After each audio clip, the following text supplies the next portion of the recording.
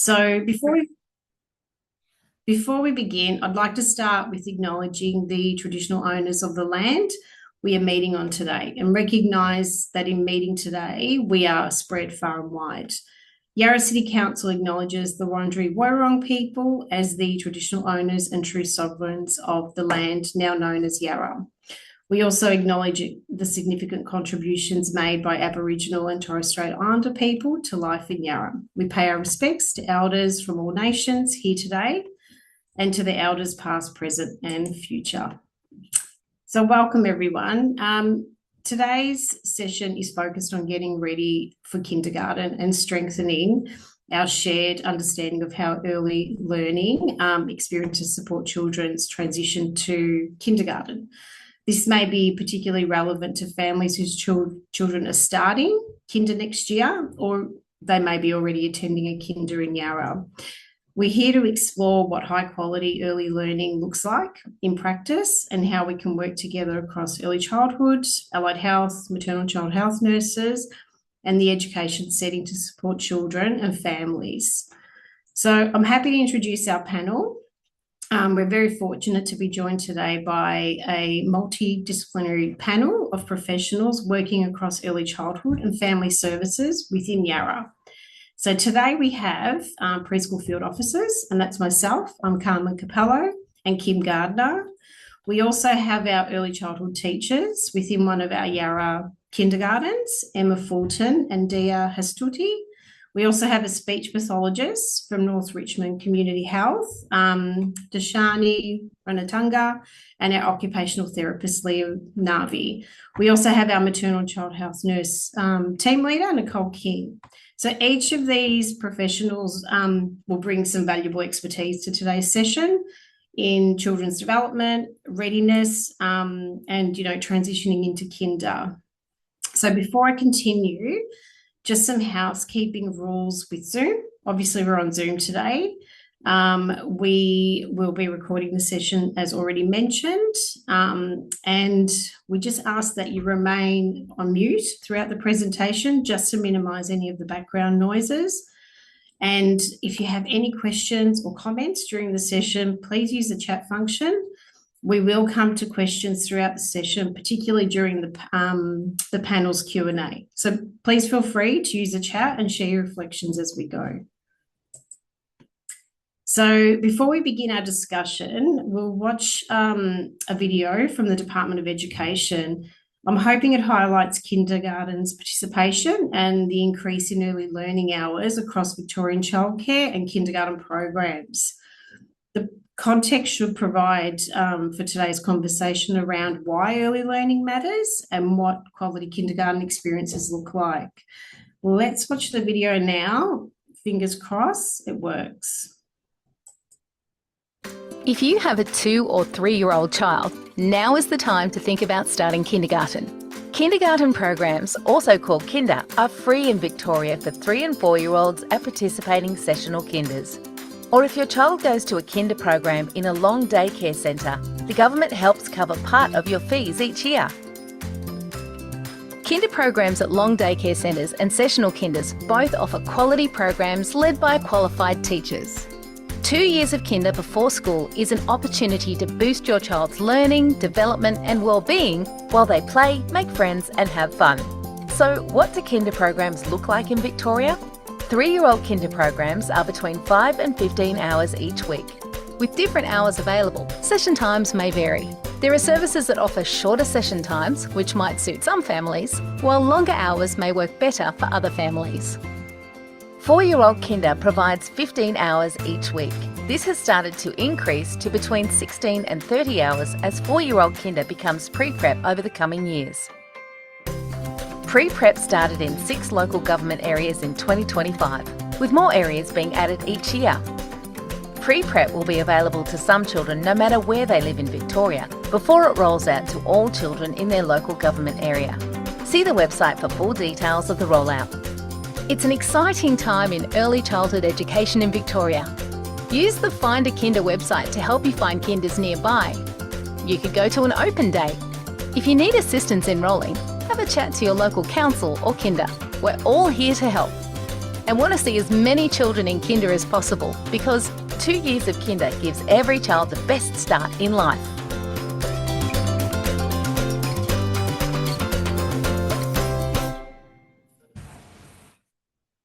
There we go. Success. I'm hoping you all heard that. And I'm hoping that it highlights the important message that kindergarten is simply not just care. It has a structured, intentional learning program that really builds a foundation for lifelong learning for your children.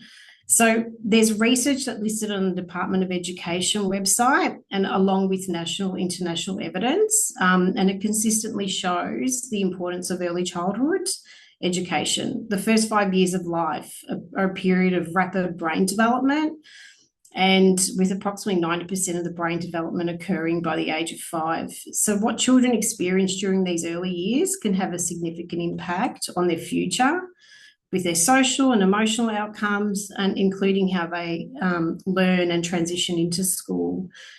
We also know that children who attend 2 years of kindergarten can demonstrate stronger outcomes when they start school. So this includes their development in language and early literacy and numeracy skills that they learn through play at the kindergarten programs. So if you have a 2 or 3-year-old child, now is the time to think about starting.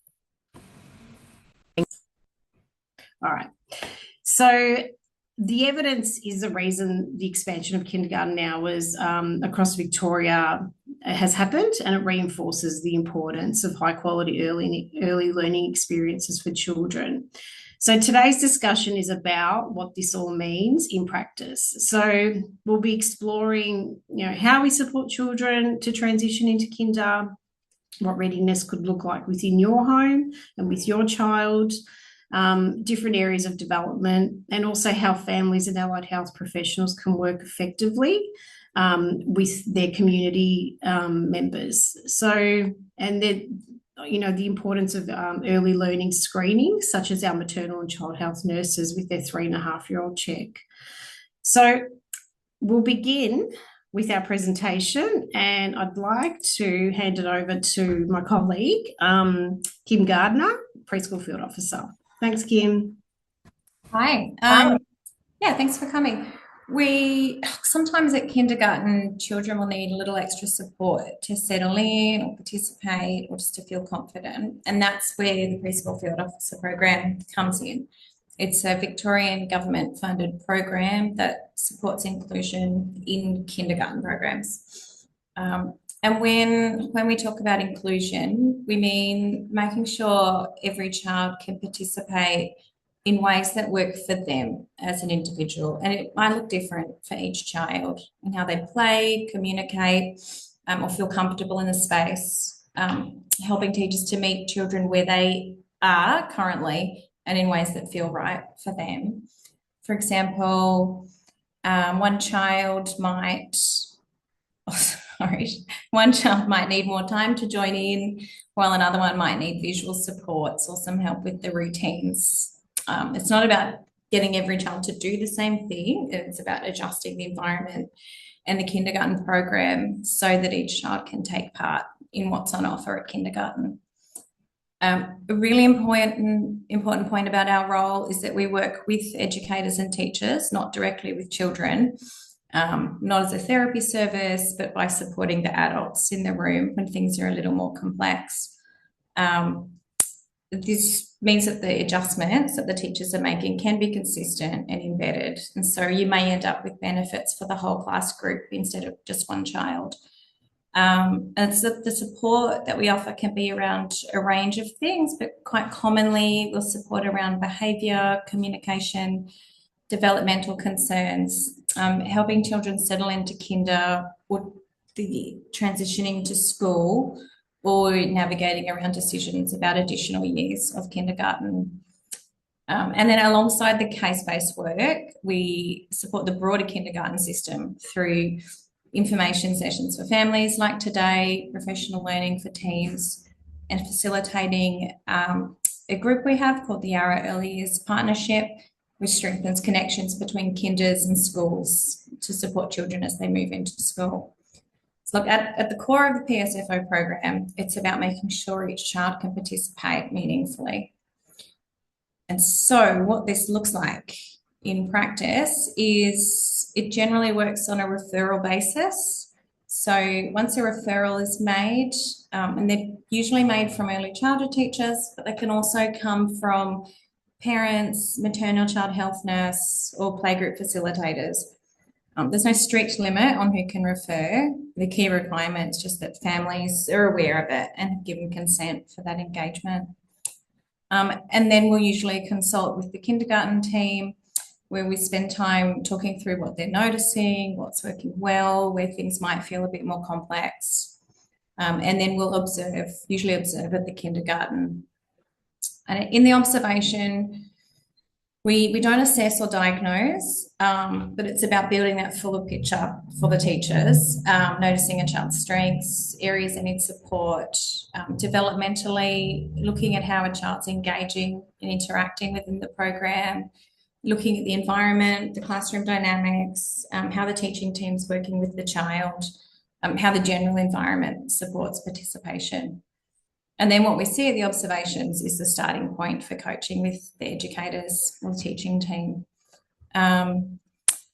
We work together, like sometimes providing space to reflect or problem solve together. We're a fresh pair of eyes. We work around everyday strategies, and that can be things like adjusting the routines or the environment, modelling strategies, or sharing resources that are relevant to the teams. Sometimes additional supports outside of kindergarten can also be helpful for children. And in those cases, we'll support teachers to navigate the referral pathways, like, for example, speech therapy or occupational therapy. Generally, Carmen and I won't make the referrals ourselves, but we'll help make those options clearer, help manage the process with teachers and families. And yeah, with families, there's a strong focus on family engagement where it's appropriate. We'll support educators to have conversations with families, particularly when there's systems to navigate or conversations might feel sensitive. We really want to, PSFOs and teachers really want to make sure families are informed and involved and part of that decision making. So we'll bring the knowledge of early learning and development, and then the families will bring that deeper knowledge of each child. And when that all comes together, the support's that much more meaningful.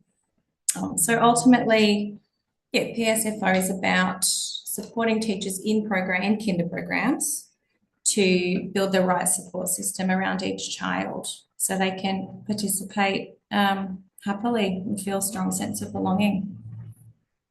Thank you. Thanks, Kim. I'll now hand it over to our early childhood teachers, Emma and Dia. Hi, everybody. Thanks for coming. I'm Emma. My name is Dia.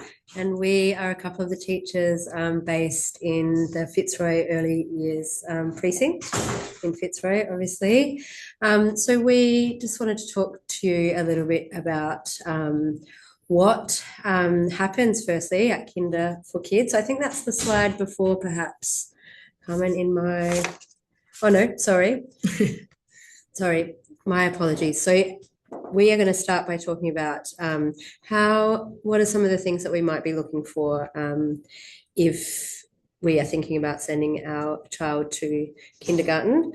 And there is a couple of things listed here. And I think, kindergarten is such a very exciting part of families' lives. And there are other early childhood spaces that you might be in using long day care or occasional care play groups and things. And I think we just want to make sure that, children are feeling comfortable spending a bit of time away from you and understanding little bits and pieces of turn taking, asking for help in their own way that might not necessarily always be verbally, and showing an interest in engaging with other children. And yeah, anything else? But also please also remember, even though we are looking for children that separates confidently with the family, but it's a skill that we can work together, especially for the 3 years old kinder when they're slightly younger, just, from toddler to 3 years old. And it seems like a massive things to look forward to go to kindergarten, and separation could be hard. But we work with you to make sure that that transition from home to kinder will be smooth. Exactly.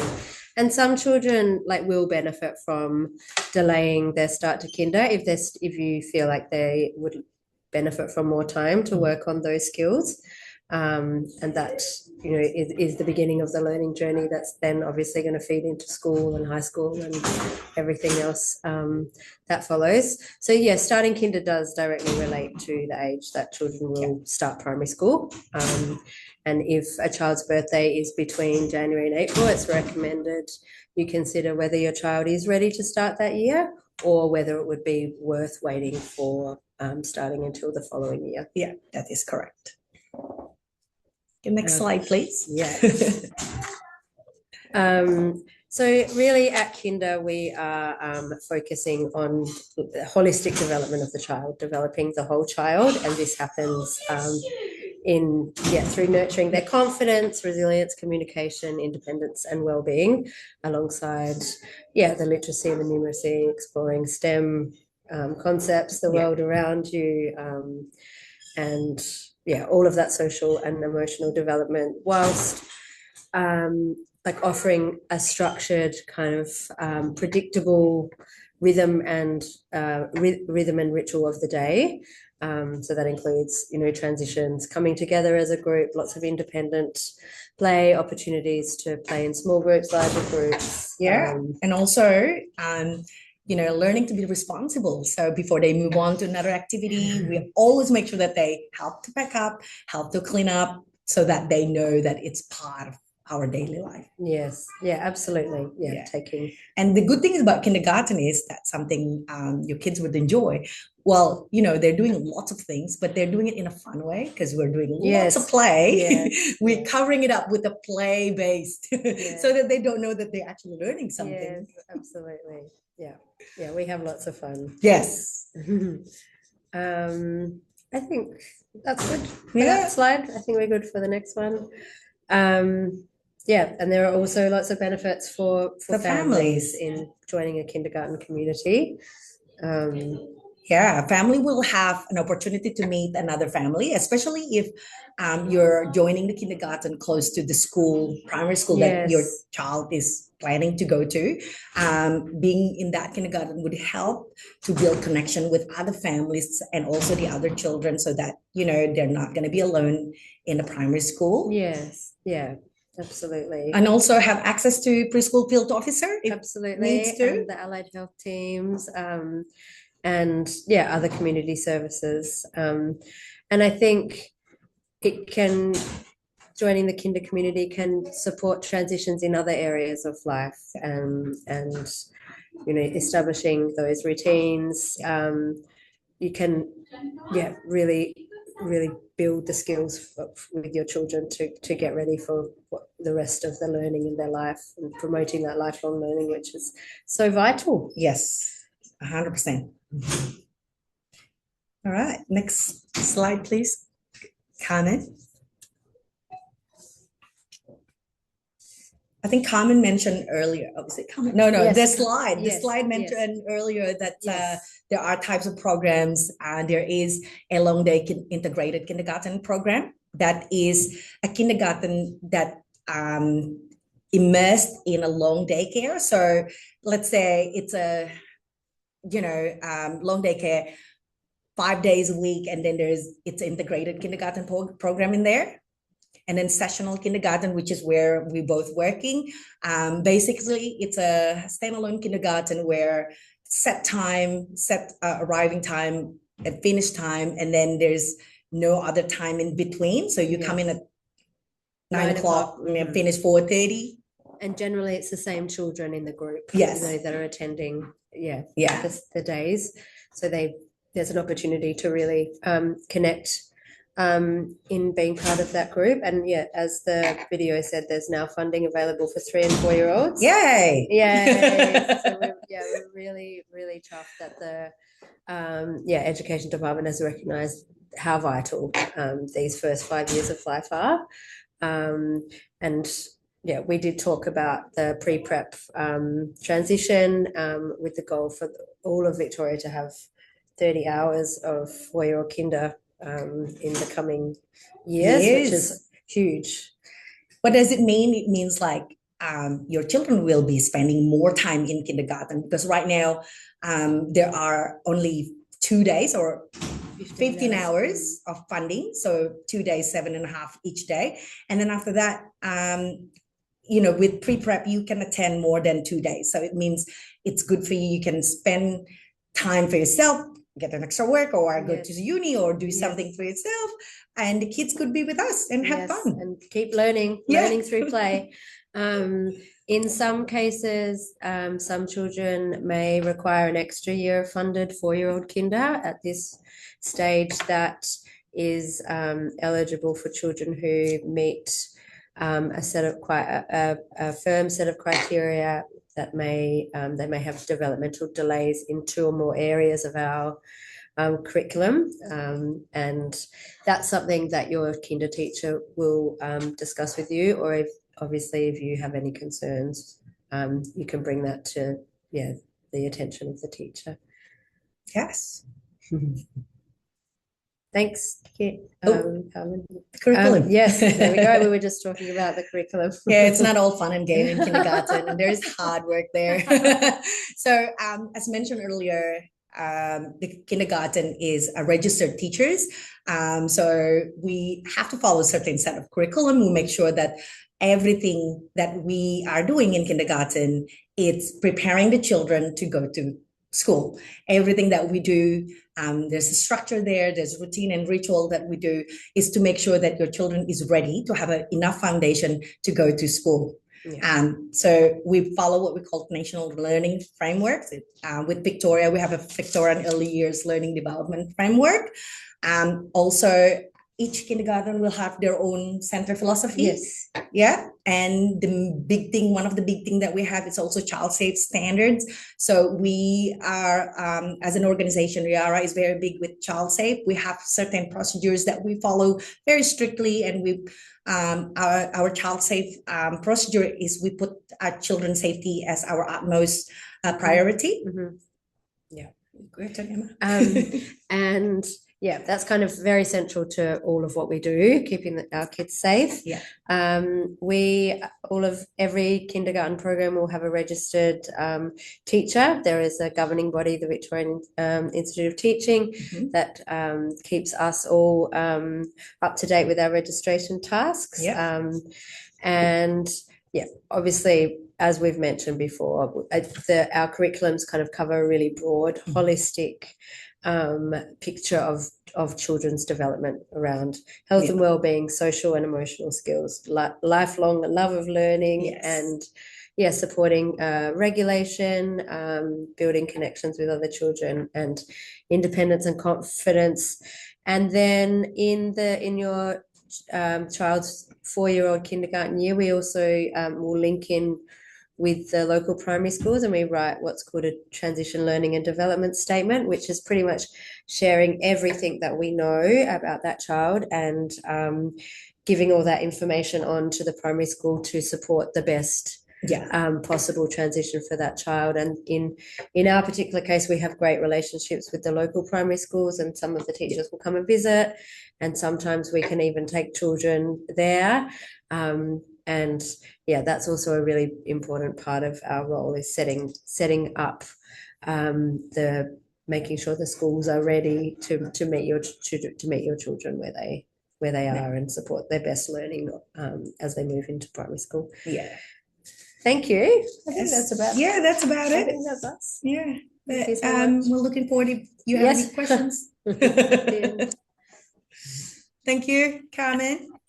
Thanks, Emma. Thanks, Tia. And look, that last slide on kindergarten programs and the curriculum really highlights you know, the work that goes behind individual learning of your children. It's all legislated, and it's centered around, as I said, the children's safety and their well-being. So credit to all the teachers across Victoria. They do an amazing job. But thanks again, Emma and Dia. Now, there are no questions, so we will continue. We now have got our allied health team presentation. So Leah and Danushi, you're up. Hi, everyone. Well, my name is Leo. I'm an occupational therapist, and I got Danushi here, who's a speech pathologist. Hello. We are from North Region Community Health. We are from the Child Health and Development team. We support families that live in the area, work in the area, or the kids attending education settings in the city of Yarra.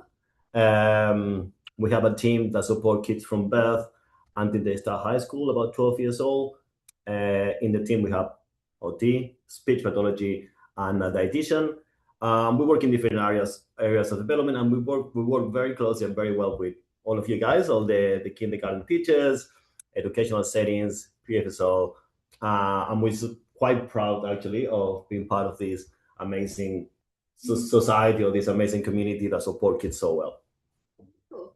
I'll just touch on a bit about, from a speech pathology perspective, we support children that may have difficulty understanding or speaking. We also support children who may not be clear when they are talking. You might not understand what they are saying.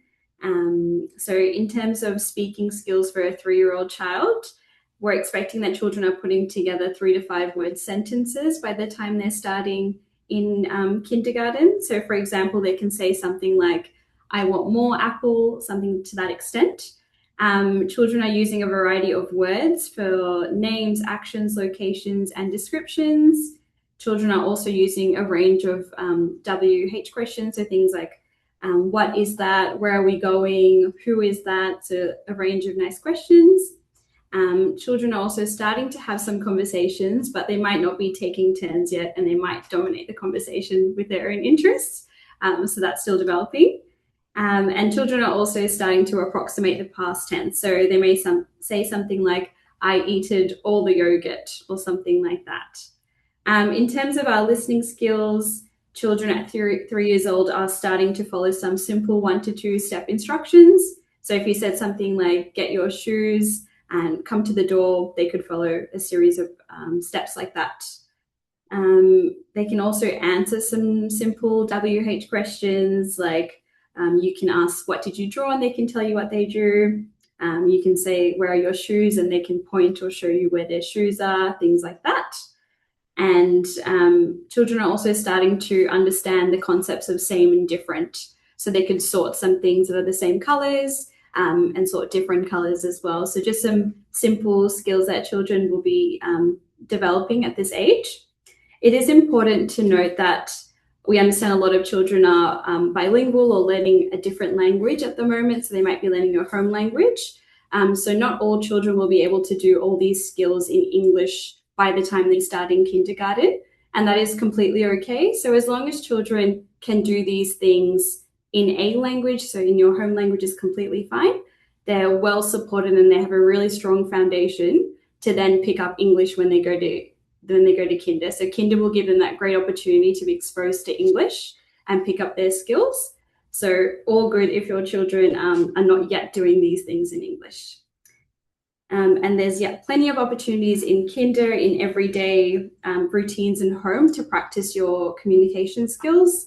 So I often say to parents, think about when you're at home and you're cooking, talk about what you're doing. Say, I'm chopping up all the carrots, I'm mixing this in the bowl. So talk about those actions that you're doing. And that's really beautiful modeling to support your children to build their language skills. Next slide. And in terms of how we're building all skills in kindergarten and at home, it's through play. So play is how children learn, it's their job. So yeah, that's basically through everyday play routines is how we're going to pick up all our skills. There is also a link there to an app called Raising Healthy Minds. And that's just a resource for supporting children's social and emotional well-being. So if you have some questions about how to best support your children, it might be how to build their confidence, what to do when they're worried. There's some really great evidence-based strategies and information on that app as well. And Raising Children's Network is a beautiful website as well with lots of great information. Yeah, and when we talk about play, we talk about the kids' main occupation. It's a way they start learning, they start exploring, they start taking risks. This is the most important part of the development at this stage. Next slide, please. Independence and routines. Then this is basically about how they transition from different areas, then looking from like group time, playing inside, playing outside, going to the playground, coming back. And it's something that we do it like through different aspects, but play is also a very important way to do that. This is when they start learning about tent taking, packing up after they play with a toy, following different routines, like we're talking about toileting routine in terms of like washing the hands before or after. When you're practicing cooking at home, then you can actually, hey, let's wash your hands before, then we do this. And after that, we do another thing, like we'll be washing your hands or packing away. And then we talk about like, all the different things that are important and they're going to be essential for them to have a very good experience at kinder. And next slide, please. When we talk about motor pre-literacy skills, this is the time that the kids, you start seeing your kids especially when they go to the playground, they start like exploring more, they start running more smoothly, they start climbing, they start jumping, they're using all the different playground equipment, and they start participating in risky play. That is one of the essential parts of this age, when they start taking risks and they start, what is possible? What can I do? Is this gonna hurt? This is not gonna hurt. And it's a way for them to learn through play and through exploration. In terms of like, when we talk about fine motor skills, I see a more of a journey in terms of like, we want them to enjoy playing. Like if they start participating in drawing, it's about like, just make it fun and making something that they will be motivated to do themselves. Then usually it is not about like it has to sit down and draw a square or draw a circle. It's more about them exploring with different media, using crayons, pen, texta, painting, and just like start to refine those fine motor skills. And that also includes like building with blocks, includes threading, includes like things that they use the hands in a more refined way. Then cooking is also another great example. And when we talk about emotional development, there's gonna be strong emotions still, and there's gonna be still tantrums, but they start kind of controlling the feelings and emotions a little bit better, and it is a good time to start modeling some emotions. Like things like, oh, I can see you're getting really upset because this happened. It's a place where they start learning how to slightly control their emotions and being able to co-regulate with some support. They're more aware of kids around them. They're more likely to start playing with other kids instead of alongside other kids. If they struggle with independence, they want to do things by themselves a little bit more. They start wanting to go to the toilet or doing things by themselves, even though they still need some help. They start engaging in more imaginative play. They start using toys in a different way, and they start creating different scenarios that can be really funny sometimes.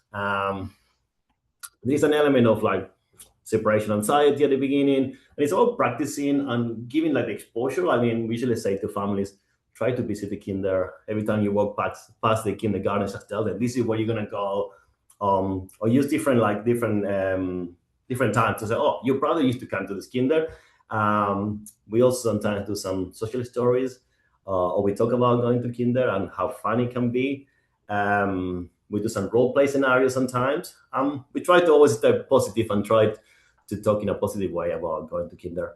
In terms of like, what do we got? Sorry, I get a little bit carried away.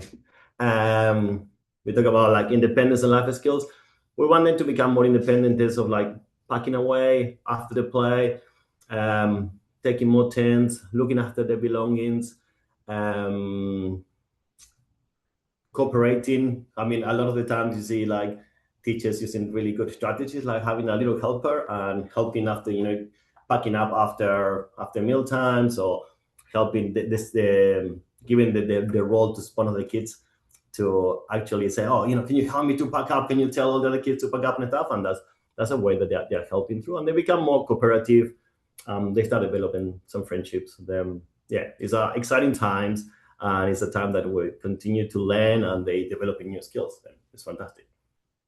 And the last thing we'll just touch on is, if you do have any concerns with kind of what we've talked about today, if you feel your child is not quite ready or they need a little bit of extra help, don't wait to seek support. So we always say, as soon as you're concerned, kind of raise that concern with either your GP or maternal and child health nurse, or a pediatrician if you have, and see what additional avenues for support that you can get. So Leah and I, we work at North Richmond Community Health. So there's community health, speech pathology, occupational therapy, dietitian, lots of supports that you can get through community health. You can also refer to private therapists, or if you need additional supports, you can also go through the NDIS to get some more longer term supports. So there are lots of avenues for early intervention, early supports. So get yourself linked in and have those discussions early if you do have some concerns about how your child's development is going. And if you have like any concerns, you can self-refer to us, or you can go through the maternal health, or you can go through your GP. There is a number of ways you can refer to us. It's very easy to access our services at the moment. Thank you. Thank you. Thank you. And look, another valuable message there too. Early intervention for those early childhood supports are really important. There's evidence there to show that, you seek that intervention early, then children have that head start before they start into school. And another referral point with that, as well as through the PSFOs, we also support parents in accessing community health and their private and NDIS referral pathways. But thanks again. Now I'm going to hand it over to Nicole. Nicole's our team leader for MCH Nurse. Hello, everyone. So, the Maternal and Child Health Service, we've got some really experienced nurses. We've all been registered nurses and midwives, and then done further study in child health and development. So, we're a great resource for you all to use. I think we're going to start first with the 2-year CAS. So this is our key age and stage visit. And this is a really good screening tool, or a screening visit, to start to see whether your child's developing as we would expect. I think all of our visits, we do screening for developmental assessments. And the 2-year-old one is probably it's the last one before you're starting to think about enrolling your children in kinder programs. So at the 2-year one, we do focus on your child's growth, their physical development and their speech, and also some social skills. Now, the Green Book is like your Bible. It has lots of information in that. And I think the next slide, I think there's got some details in that. Might not be jumped ahead a bit too much. So at the visit, you will be asked questions about how your child's developing. And these are usually in 10 questions. It's called the PEDS questions, or the Parent Evaluated Development. So that just asks you just general questions about how your child is going.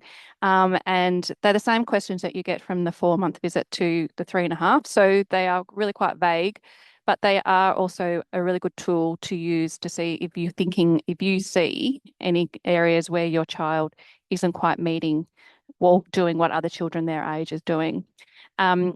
If we do identify anything in there, then we will do a secondary screen, which is the Brigance one. So we might just pop forward. Thank you. And so this does a more in-depth screen. So we'll ask your child to demonstrate across all areas of development. You get a score for that, and then we can work out whether the child's on track or whether they're sort of falling a little bit behind in some areas. And with that, then we would, if there were some areas of delay or a little bit slower, we might just say, he's probably on track, but just a little bit behind. So let's do a reassessment in a couple of months. Or we might say it's probably worth you getting some referrals to other services, such as the speech pathology or OT or whatever it might be. And we can facilitate some of those referrals as well. So, which is really great. Yes, next slide. Thank you. So then when you get to your 3.5-year-old assessment, again, we have the same 10 questions. And again, we're assessing your child's growth and their development, but we're also doing a MIST test, which is the vision screen. And that is just a basic screen just to make sure that your child is able to see. And it's interesting how easy it is to work out with your child's not seeing, as long as they are compliant. And that's great to get them some glasses before they start having issues when they're getting to school and stuff like that, and getting them used to their glasses. And that we'll do a Brigance screen for that if there are other concerns. I think next slide. I think that's it. Oh, they're back onto resources. So just looking at your green book, if you flip to each tab for the age, it's got a list of what they should be doing at each visit by each age group, and that's a really good resource. And also just watching other children in the playground, at similar ages, what are they doing? Is my child doing similar? We're not really comparing children, but it's a good bit of a guide to see how they're coping and what they're doing. And using your other services and as well, such as your childcare workers and things like that, asking how they're comparing to other children. And that's about it from me. Thanks, Nicole. And look, again, another valuable service in our community. Those 3.5-year-old checks sometimes are a great discussion to have for parents. You're able to have that conversation in a safe space. And those early referrals are really important. So thanks for that, Nicole. And these resources and links, we will send out this information to all the registered participants as well. So you'll have access to some of the links that we've been speaking about, and the ones that are present on your page at the moment. So we do have a question in the chat. Kim, can you see it and possibly read it out? Thanks. It's a super common discussion point when we have these conversations. It's asking about enrolment options for when to start kinder. If you have a January, February in this case, but generally it's January, February, March and April born child, what are the benefits to sending them when they're just turned 3 or just about to turn 3, or waiting until they've just turned 4 or just about to turn 4 to start their first year of kinder, so commonly called 3-year-old kinder? How this affects them during primary school, high school, year 12, etc. Who would our kinder teachers like to start with this? Hi, thanks for the question. As echoing Kim, this is a very common question and consideration in the planning for the beginning of this part of your child's education. Whilst obviously that is a guideline put in place, I think what we really want to think about is the child as an individual, and so some of the things that we would really like to see before they start kinder is, are they able to demonstrate a little bit of that independence? Are they feeding themselves? Are they confident in saying goodbye? But obviously we have things in place to support that.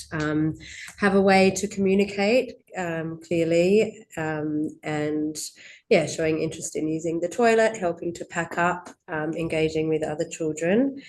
And I think some of the benefits I touched on a little bit earlier about waiting a little bit longer can just be increased confidence and social skills. So this would be about waiting to the following year when the child has turned 4 in that January and February period, which would mean, they'd be that little bit older and more time to develop some of those skills and manage the transition.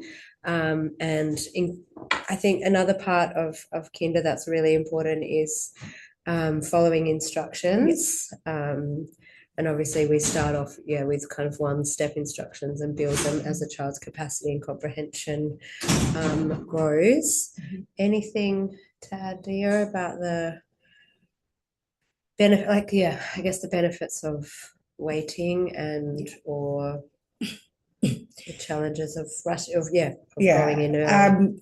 My daughter was February born, and she goes to kinder early so that she goes to primary school earlier as well. So she was born in February, and she was only turning 5 when she goes to prep. And now she's in grade 6, and she kept complaining to me why I didn't repeat my second year kinder because she was the youngest. And that's actually, as Emma mentioned, it's influencing how she grows, because she's the smallest one, and she joining the smaller group, and it's honestly, it's a lot of work, nowadays. When she was little, I was like, oh yeah, great, finish kindergarten, go to school, but so that's why we want to highlight the importance that it's probably a lot easier to get them ready, wait until they actually have all the skill necessary, and it will be a lot easier in the future. So that's. And also, if in terms of looking at your child as an individual, there's you as the parent too. Like if you feel like when your child is just about to turn 5, is on the edge of a bit young for you to feel comfortable to send your child to school, but developmentally you're not seeing any delays, if you can err on the side of sending them later, then there's no discussion, there's no you just have certainty that they'll do those 2 years of kinder and then they'll begin school when they're about to turn 6. Most children will turn 6 in their first year of prep. Again, the January to April born children do have that option of going when they're about to turn 5 or about to turn 6. But the eligibility, there is an eligibility criteria to do what would be a 3rd year of kindergarten, that additional year of kindergarten, and that sits on the child having developmental delays cited like in the kindergarten program. And if they don't have that, then it sometimes lands families and children in a tricky spot where the child does seem too young, but then they're not developmentally delayed enough to meet that criteria. So it can be a bit complex at that point. In terms of evidence, there is evidence that goes up to about 10, 11 years of age that there's academic advantage of delaying that entry, but through those later years, in terms of academic performance, as far as the evidence goes, there's nothing there. Anecdotally, you'll hear pros and cons for every side of this conversation.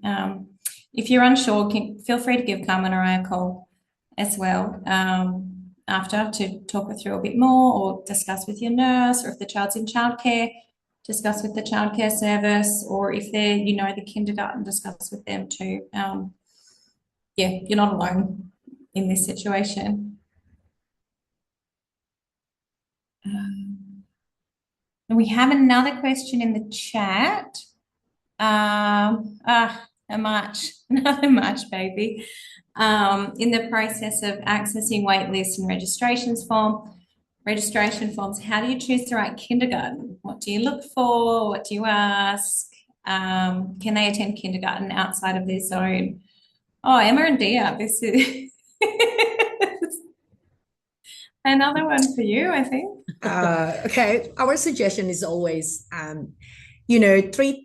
it's very important step to put our children to kindergarten. So come for a tour, visit the kindergarten, meet the teachers, and feel the vibe, because you will feel the difference. You want teachers that know what they're doing, the vibe that, you want, because it's such a big deal to put the children away from you for days and it's big deal. So you want to have a place where your children feel safe, you feel safe, the children feel safe, the space is inviting, welcoming, they know what they're doing, they're clear with their programming, they're clear with their visions, and then also the area that you want to be, what's your family values, you want to share that with your kindergarten. So, and of course it's okay for you to pick kindergartens that's away from your zone. It's absolutely not a zone. It's not a zone in kindergarten. There's no zone, so you basically,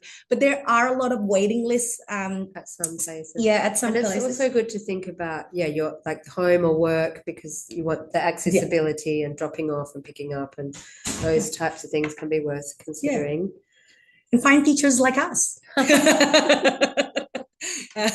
just joking, but go for a tour, get the vibe, meet the teachers, and there is also there is an assessment and rating process that takes place in all early childhood spaces, and I'm pretty sure that you can look that up on the on a website like SEQA. It should be listed their rating against the national quality standard. And that will give you an insight into how they're delivering their programs. So the highest is exceeding, where our kindergarten is. So if you, let's say, you Google Dilberdin Kindergarten or Coney Ben Kindergarten, and then the rating would be exceeding. That's the highest. And then there's working towards and meeting. Yeah. And then there's excellent, which is actually it's another level, but we're not. We'll be there one day, perhaps. I hope that answered the questions. And also in terms of what questions to ask. Sorry, just with the zoning, with some there is zones within some local. So just ask the question when you do the registration. It's all good, Emma. So it really depends on the local government area as well. So if you're outside of Yarra, there could be zones for your sessional kinders, not your long day care. But yes, they are an excellent service. I can vouch for that. Sorry, Kim. No, you're right. I didn't know that about zoning. I'm very Yarra focused. In terms of what questions to ask, speak about your child when you go there, and without trying to sound like I'm on the castle, it's the vibe. It really is. If you feel seen, your child is seen when you're speaking about your child, that's a great place for you to go. Thank you. Do we have any more questions? Usually things about age of starting, when to start come up, what to look for. You've both, Jules and Susanna, covered that. Has anyone else got anything they want to put in the chat they're unsure about in terms of starting kindergarten? I'll take silence as a no. Look, we have a QR code here. Please. It takes about 1 to 2 minutes. Let us know. It will help us create future sessions. But basically, thank you so much for taking the time to be here today, engage in the discussion. We'll send through the key information after the session, and it will be recorded, so it will be available online at a later date. And of course, if you have any other questions or want to follow anything up, please feel free to reach out once we send that email out to you. And then finally, if you take anything away from today, it's that you're not expected to navigate this on your own. There is support around you. Thank you. Thank you. So just take a few minutes to use the QR code and give us your feedback.